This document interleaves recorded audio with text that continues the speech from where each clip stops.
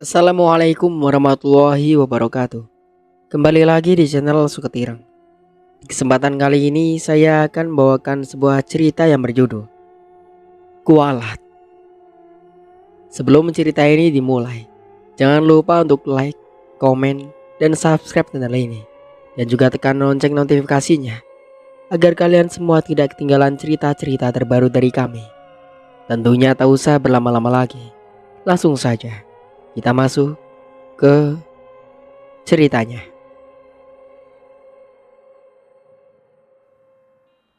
Seorang gadis nampak sedang asik berbicara melalui ponselnya di pelataran terminal kedatangan sebuah bandara. "Hai Win, aku baru sampai nih. Nanti kamu main ke rumahku ya." Terdengar sepotong pembicaraannya dengan seseorang di seberang sana. Lalu seorang wanita setengah baya datang mendekat. "Sarah, ayo nak, itu mobilnya sudah nunggu," ucap wanita itu. "Ya sudah Win, nanti disambung lagi ya. Pokoknya aku tunggu di rumah," ucap gadis itu menutup pembicaraan telepon. Keduanya bergegas menuju sebuah mobil, lalu sibuk memasukkan barang bawaan mereka ke dalam bagasi dan segera meluncur pergi. Mereka adalah Sarah dan ibunya yang baru saja tiba usai melakukan perjalanan melelahkan dari satu negara di Eropa. Sarah memang lahir dan besar di sana. Ayahnya adalah seorang pria bule yang dulu langsung memboyong ibunya Sarah untuk tinggal di negara asalnya setelah keduanya menikah. Tapi setelah sang ayah meninggal dunia setahun yang lalu, Sarah dan ibunya akhirnya memutuskan untuk kembali dan menetap di tanah air. Mereka lalu mendiami rumah peninggalan kakeknya yang telah lama kosong sejak ditinggalkan tantenya yang menikah dan ikut suaminya tinggal di kota lain. "Hai Sar, apa kabar?" teriak Wiwin begitu dia sampai di teras rumah Sarah menjelang sore. "Hai Win, ya ampun, kamu makin cantik aja," puji Sarah lalu berpelukan erat melepas kangen. Sarah dan Wiwin adalah sahabat sejak kecil. Wiwin yang kebetulan tinggal tak jauh dari rumah kakeknya Sarah selalu menjadi teman setia setiap kali Sarah datang berkunjung ke rumah kakeknya itu. "Rencana kamu selanjutnya gimana?" tanya Wiwin sambil mengunyah makanan oleh-oleh khas dari luar negeri yang dibawa Sarah. "Belum tahu Win, tapi yang pasti aku mau cari kerja," balas Sarah. "Nah, kebetulan kalau kamu mau, kamu bisa melamar di tempat aku. Soalnya ada posisi yang cocok buat kamu," sahut Wiwin. "Serius Win? Wah, aku mau tuh," balas Sarah antusias. Akhirnya Sarah datang melamar ke sekolah tempat Wiwin, sahabat karibnya itu mengajar. Sebuah sekolah swasta bergengsi yang cukup terkenal di kota itu. Dengan berbekal pendidikannya di universitas luar negeri, Sarah pun akhirnya diterima bekerja sebagai guru konseling atau guru BK sesuai dengan kesarjanannya di bidang psikologi. Sejak saat itu, perlahan-lahan dia mulai menyesuaikan diri dengan lingkungan barunya. Walaupun sangat jauh berbeda dengan kehidupannya selama di luar negeri, namun dia coba beradaptasi dengan semua hal baru yang ada di sekitarnya. Beberapa bulan pun terlewati, hingga pada suatu hari di sekolahnya terjadi sesuatu peristiwa heboh. Seorang murid perempuan mengalami kesurupan. Sarah heran ketika melihat sang murid yang coba disembuhkan oleh seorang paranormal. Baginya itu semua omong kosong, karena menurutnya kondisi kesurupan itu tak ada hubungannya dengan hal gaib yang memang dianggapnya tak masuk akal. "Orang sakit kok malah disembur-sembur begitu? Ngaco aja," umpat Sarah ketika menyaksikan proses penyembuhan yang dilakukan oleh sang paranormal. Ya kalau urusan dengan makhluk halus memang begitu caranya, Sar. Sahut Wiwin, coba mendebat. Alah bullshit. Hari gini kok masih percaya yang begituan? Balas Sarah sewot. Loh, memangnya harusnya gimana? Tanya Wiwin, minta penjelasan lebih. Ya harus diperiksa ke dokter dong. Anak itu mungkin sedang terganggu psikisnya. Bisa jadi dia sedang punya masalah berat. Harusnya diajak bicara baik-baik, bukan malah disembur air. Jawab Sarah ketus. Wiwin cuma bisa menggelengkan kepala melihat sikap Sarah. Tapi dia maklum, Sarah yang sejak lahir tinggal di negara modern pasti lebih mengutamakan logika ketimbang mistis dan tahayul.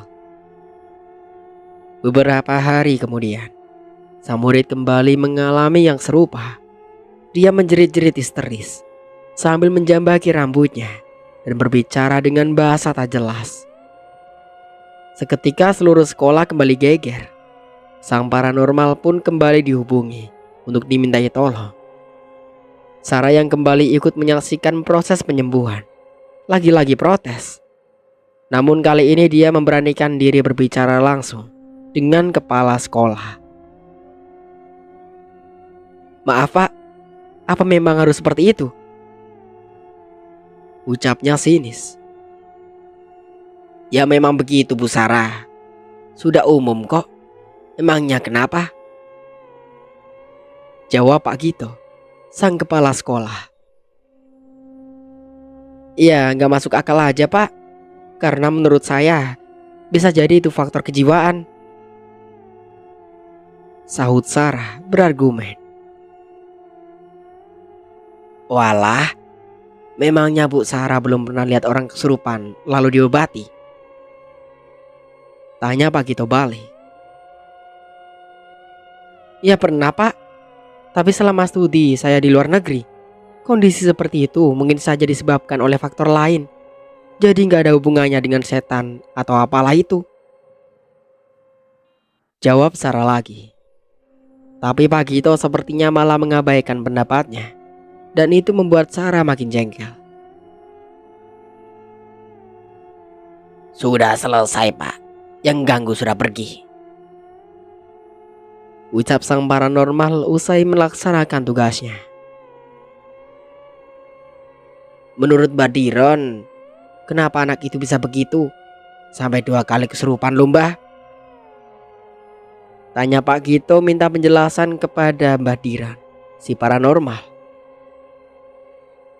Diganggu oleh salah satu jin yang menghuni gudang belakang. Rupanya anak itu sering kesana untuk menyendiri.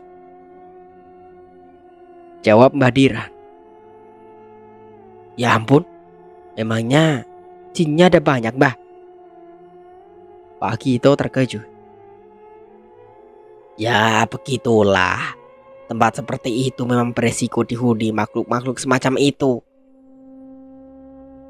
Sahut Mbah Diran lagi. Lalu, apa yang harus kita lakukan supaya hal ini tak terjadi lagi? Tanya Pak Gito. Mereka minta disediakan sesaji. Jelas Mbah Diran. Apa tak bisa diusir saja Mbah?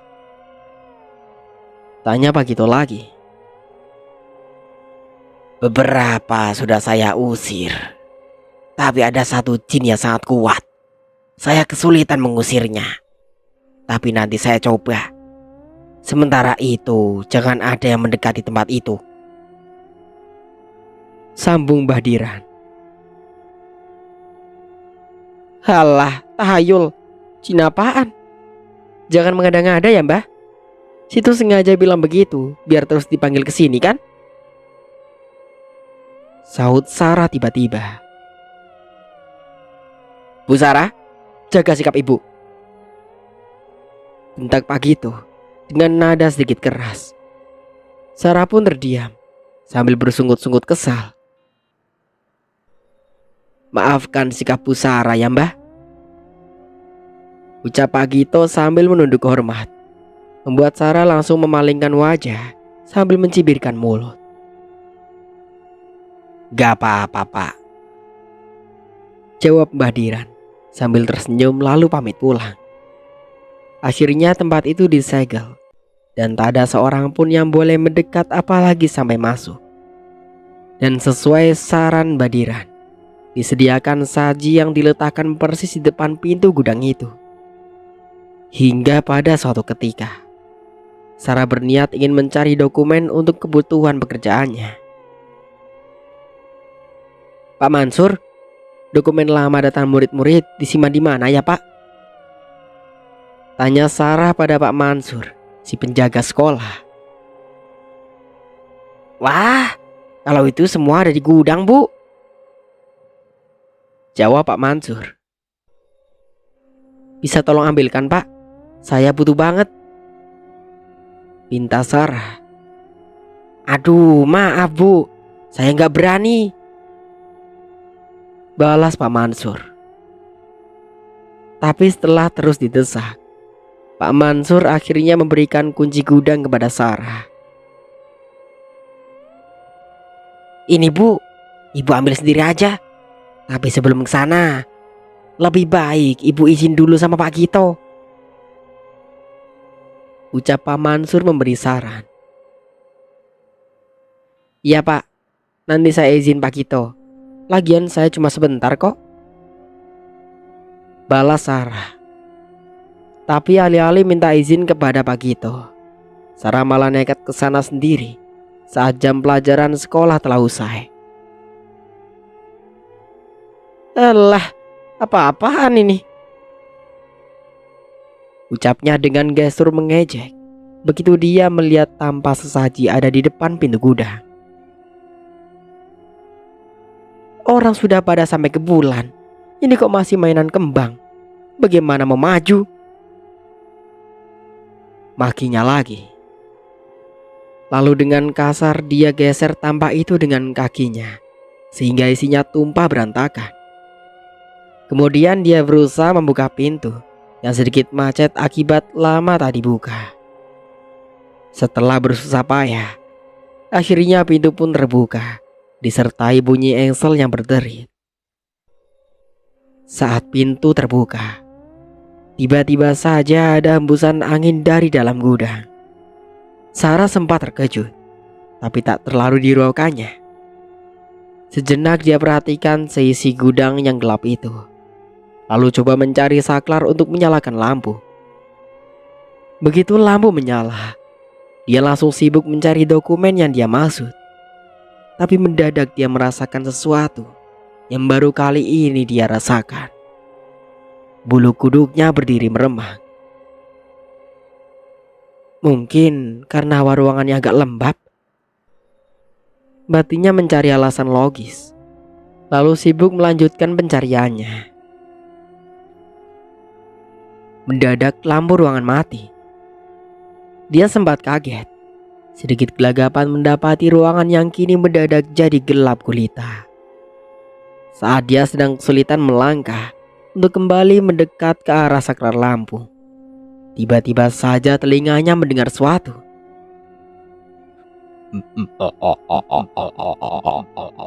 Seperti ada suara tertawa dan dengusan nafas berat di salah satu sudut ruangan. Sejenak dia diam menyimak, tapi suara itu menghilang. Dia menggeleng, meyakini kalau dirinya hanya salah dengar. Tapi saat dia melangkah lagi, suara itu tiba-tiba kembali muncul. Kali ini persis di belakangnya.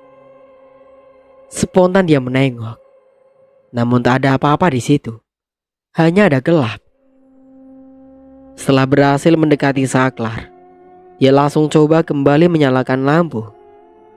Namun aneh, setelah dicoba berkali-kali, lampunya tetap tak mau menyala. Akhirnya dengan kesal dia lanjutkan mencari dokumen dengan dibantu sinar ala kadarnya dari lampu ponselnya. Brak! Mendadak terdengar suara keras benda terbanting. Langsung diarahkan cahaya ponselnya ke sumber suara tadi. Terlihat beberapa dus besar yang tadinya ada di atas rak besi, kini jatuh berantakan di lantai. Ah, paling tikus. Batinnya kembali cari penjelasan yang masuk akal. Setelah lama berusaha payah mencari penerangan minim, akhirnya dia berhasil mendapatkan dokumen yang dicarinya, lalu segera keluar dari tempat itu. Tapi sebelum pergi, dia sempat kembali melirik ke arah tempat saji. Fih! Dengan kesal dia ludahi saji itu, lalu pergi meninggalkan tempat itu. Keesokan harinya, di tengah-tengah meeting dengan kepala sekolah dan beberapa orang guru, Sarah yang kebetulan sedang haid merasa tak nyaman dengan pembalut yang dipakainya. Lalu dia minta izin ke toilet, berniat untuk mengganti pembalut. Sesampainya di toilet, suasana nampak sepi karena memang kegiatan belajar mengajar telah usai sejak tadi. Dia segera masuk ke salah satu bilik toilet lalu mengganti pembalut. Kemudian membuang bekasnya begitu saja ke tempat sampah seperti kebiasaan sejak dulu. Setelah itu, dia sempatkan bercermin sambil mematutkan pakaiannya agar kembali rapi. Namun tiba-tiba dia mendengar suara aneh dari dalam bilik tempat di mana tadi dia masuk. Penasaran, dia mendekat. Lalu diam fokus mendengarkan persis di depan pintu bilik.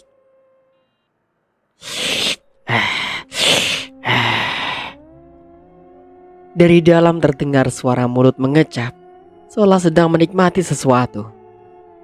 Perlahan-lahan dia buka pintu dan langsung menjerit histeris.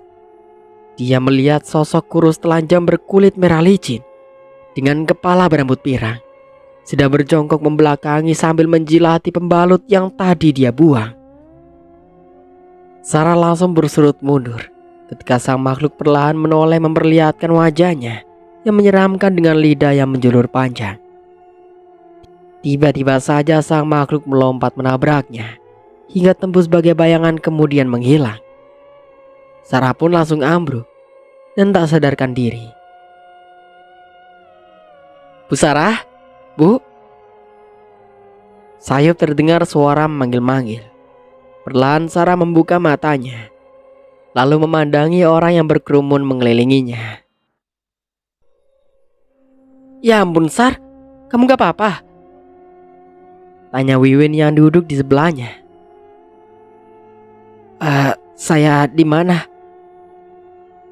Tanya Sarah kebingungan sambil memegangi kepalanya yang pusing. Bu Sarah ada di ruang UKS. Ibu tadi pingsan di toilet. Ibu sakit? Tanya Bagito sambung bertanya. Sarah cuma menggeleng karena tak tahu harus menjawab apa. Sebenarnya dia ingin menceritakan peristiwa yang dialaminya tadi, tapi dia ragu. Akhirnya memilih diam. Dia lalu diantar Wiwin pulang. Sesampainya di rumah, ibunya nampak kaget melihat Sarah yang pulang dengan wajah pucat dan tubuh yang lemas. Sejak sampai di rumah, praktis Sarah tak mampu melakukan apa-apa. Dia cuma bisa berbaring di tempat tidur. Tapi saat tengah malam, tidurnya tiba-tiba terusik ketika merasa wajahnya seperti terkena tetesan air. Dia spontan menengok ke atas, mencari sumber tetesan dan langsung kaget. Dia melihat sosok makhluk berkulit merah itu sedang hinggap di dinding, sambil menjulurkan lidahnya yang panjang, meneteskan air liur tepat di atas kepalanya. Sarah menjerit histeris, langsung menutupi wajahnya dengan selimut. Astaga, kamu kenapa, Sar? Tanya ibunya yang langsung bergegas ke kamar ketika mendengar teriakan Sarah. Itu Bu, jawabnya sambil menunjuk-nunjuk ke atas tanpa berani melihat. Ibunya kebingungan tak mengerti maksud putrinya itu. Dia selingukan mencari-cari yang Sarah tunjuk, namun tak ada apa-apa. "Sar, ada apa?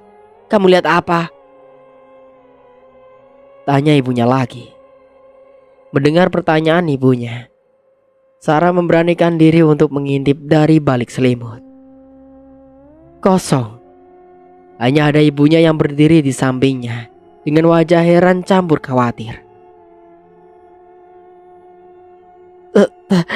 Tadi ada itu, Bu," ucap Sarah terbata-bata sambil mengusap wajahnya, coba meraba bekas tetesan air liur tadi. Namun dia tak merasakan apa-apa. Akhirnya Sarah cuma bisa menggelengkan kepalanya dan mengira kalau tadi hanya halusinasi pengaruh obat yang diminumnya. "Ya sudah, apa mau ibu temani?" tanya ibunya lagi. "Gak usah, Bu, Sarah gak apa-apa," jawabnya, coba menenangkan ibunya. Setelah kejadian itu, Sarah terserang demam. Hingga beberapa hari dia tak masuk kerja. Tubuhnya kian melemah, hingga membuat ibunya memutuskan untuk membawanya ke rumah sakit. Namun setelah diperiksa, dokter tak menemukan hal yang perlu dikhawatirkan. Secara medis, dia dinyatakan baik-baik saja dan hanya butuh istirahat. Setelah dirawat selama 2 hari, akhirnya dia diperbolehkan pulang. Tapi lagi-lagi menjelang malam, saat dia tertidur dalam kamarnya yang gelap, dia kembali terusik ketika mendengar suatu.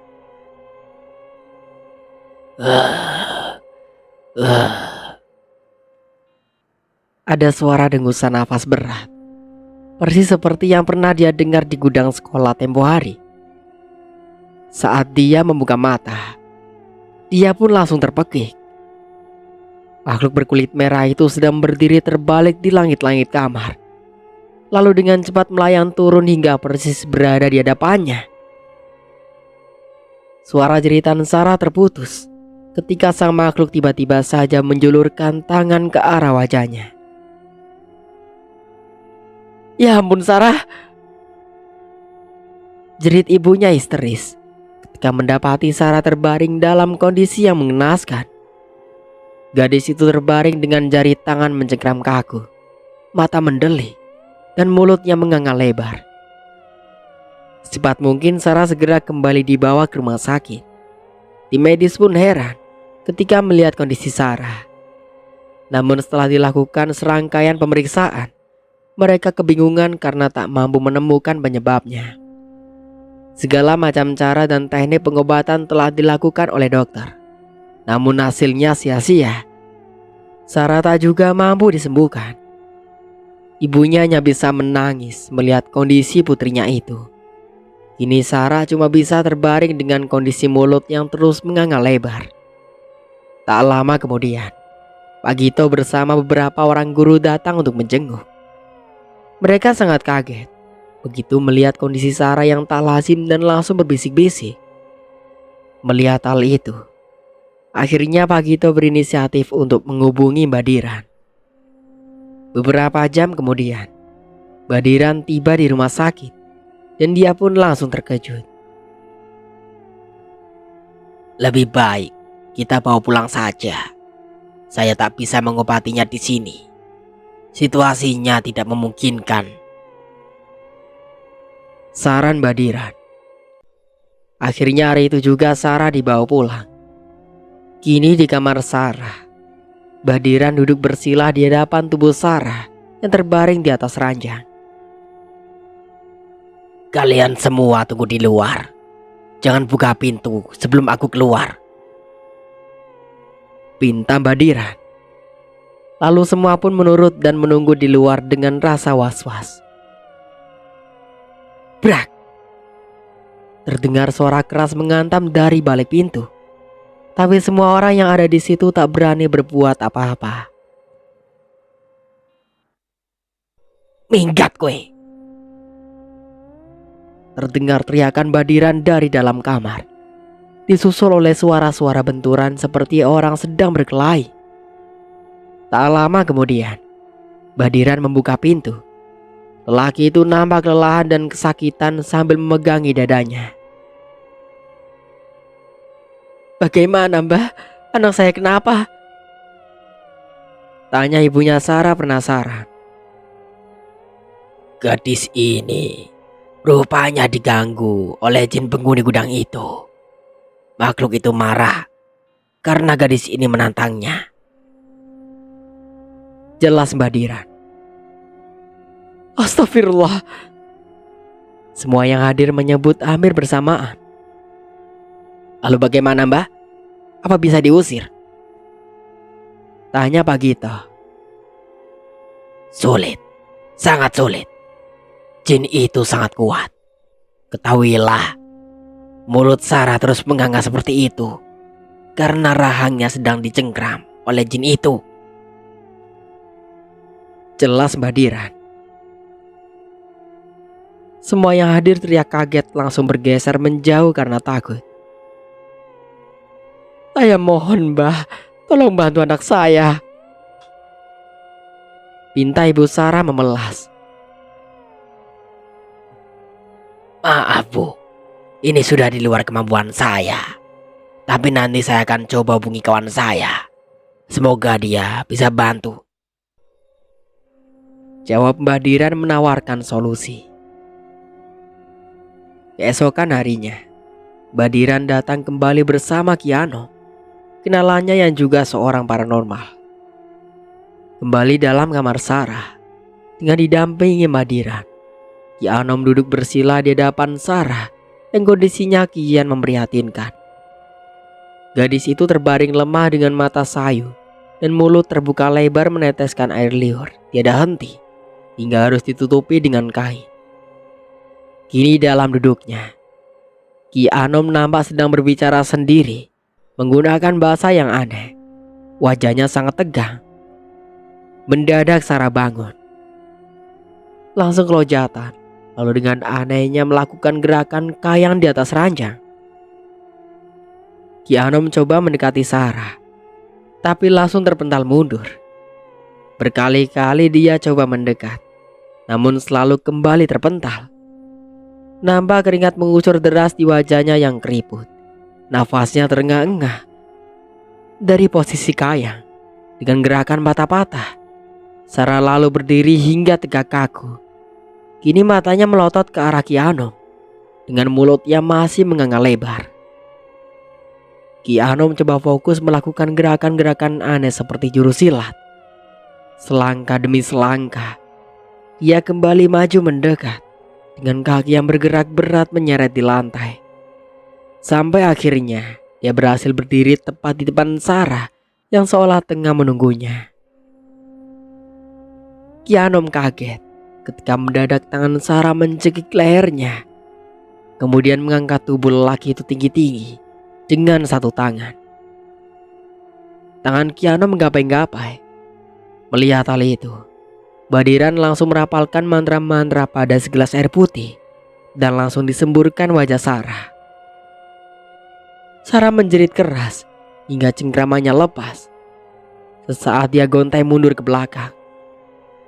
Ki Anom telah terbebas, bergerak maju dan langsung memegang kening Sarah yang membuat gadis itu kembali meraung keras. Ki Anom terus menekan telapak tangan kanannya di kening Sarah hingga gadis itu perlahan-lahan berlutut. Lalu dengan gerakan yang terasa berat, telapak tangannya mengusap wajah Sarah dari arah kening sampai ke dagu.